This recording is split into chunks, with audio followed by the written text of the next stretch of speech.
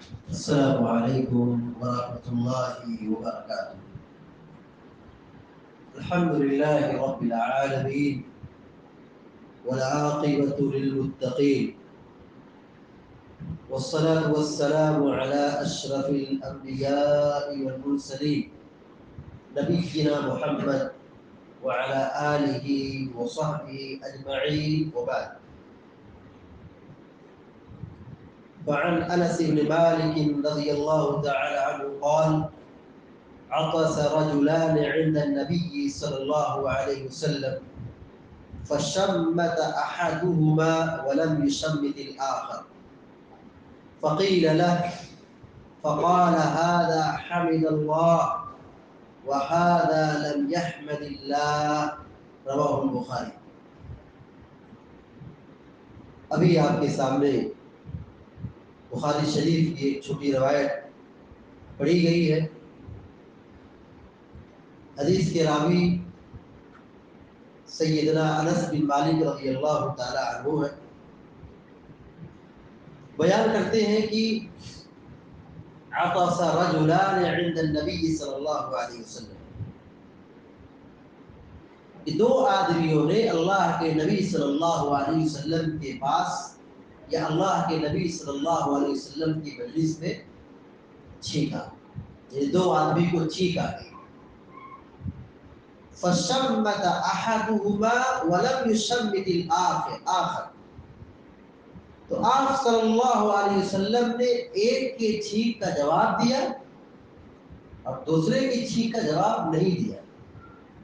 چھینک کا جواب کیسے دیتے؟ چھینکنے والا کہتا الحمدللہ، تو اس کو سننے والا جواب دیتا ہے یرحمک اللہ کہہ کر.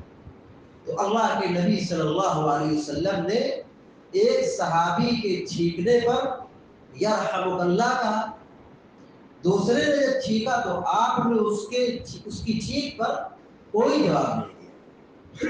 فقیل له، آپ سے پوچھا گیا، آپ سے کہا گیا ایسا کیوں؟ یعنی آپ نے ایک آدمی کے چھینک کا جواب دیا اور دوسرے کا جواب ہی نہیں دیا. فقال هذا حمد اللہ، دیکھو وجہ یہ ہے کہ اس نے اللہ کی تعریف بیان کی. چھینک کا جواب کب دیں گے؟ جب وہ الحمدللہ کہے.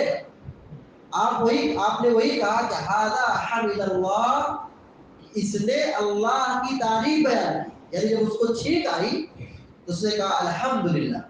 جب اس نے اللہ کی تعریف بیان کی تو میں نے اس کے چھینک کا جواب دیا. وَهَذَا لَمْ يَحْمَدِ اللَّهِ، اور اس نے الحمدللہ نہیں کہا. چھینکنے پر الحمدللہ کہنا ہے، اس نے یہ نہیں کہا تو میں نے اس کے چھینک کا جواب نہیں دیا. یہ روایت صحیح بخاری. اس حدیث میں چھینک کا جواب دینے اور اس کا ایک ادب بتایا گیا، اس کا ایک موقع اور محل بتایا گیا. دیکھیے چھینک جب آتی ہے تو ایک لمحے کے لیے یا کچھ وقت کے لیے، سیکنڈ کے کچھ حصے کے لیے دل کا دھڑکنا بند ہو جاتا ہے. گویا کہ وہ انسان کے لیے ایک موت کی کیفیت تعین ہوتی ہے. یہ آدمی کو احساس نہیں ہوتا کیونکہ فوراً اس کا دل کی دھڑکن شروع ہو جاتی ہے. شریعت نے چھینکنے پر الحمدللہ کہنے کی ترغیب دی، تاکید کی ہے. یعنی جب آدمی کو چھینک آئے تو اللہ کی تعریف بیان کرنا چاہیے، الحمدللہ کہنا چاہیے. یہ دعا ہے، اور اس دعا کو جو سنے تو سننے والے کی ذمہ داری ہے. بعض علماء نے کہا کہ یہ واجب ہے کہ وہ چھینک کا جواب دے. یعنی جب کوئی چھینکنے کے بعد الحمدللہ کہہ رہا ہے تو یرحمک اللہ کہہ کر جواب دے. علماء نے اس کو واجبات میں شمار کیا. اور پھر جب اس کو چھینکنے والا جواب سنے گا تو پھر وہ جواب دے گا، جواب کا جواب دے گا. یہدیکم اللہ ویصلح بالکم، یہ ایسی تعلیم ہے یا ایسی سنت ہے یا ایسی دعائیں ہیں ہم روز مرہ کی زندگی میں اس پر توجہ نہیں دیتے یا اس کو اہمیت نہیں دیتے.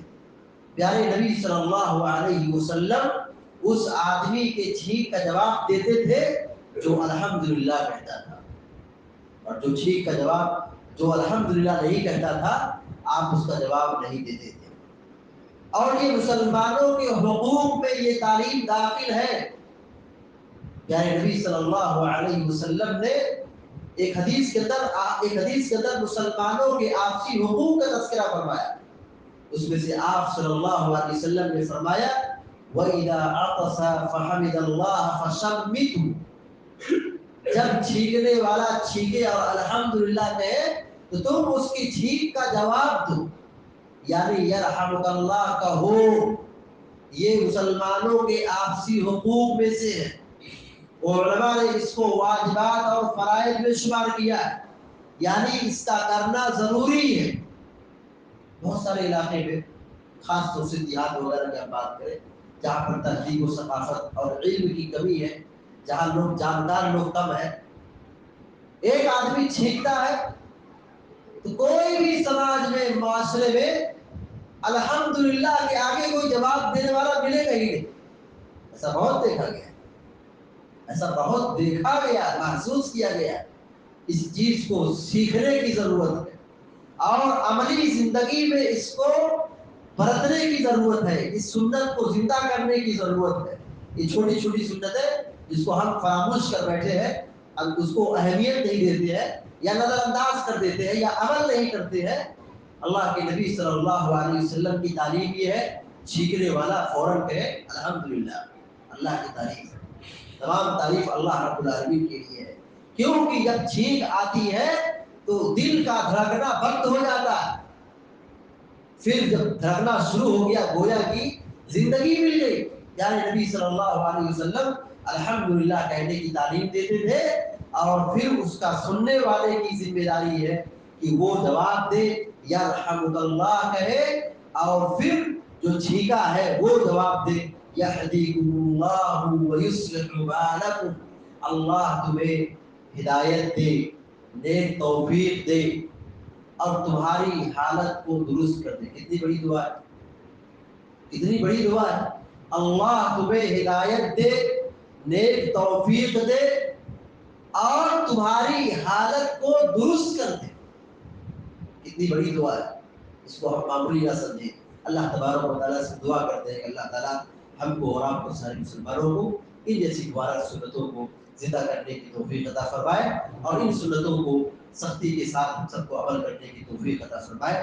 آمین یا رب العالمین۔ اقول قولی ھذا واستغفر اللہ لی ولکم ولسائر المسلمین فاستغفروه انه الغفور الرحیم، وصلی اللہ علی نبینا محمد وسلم تسلیما کثیرا۔ السلام علیکم ورحمۃ اللہ وبرکاتہ۔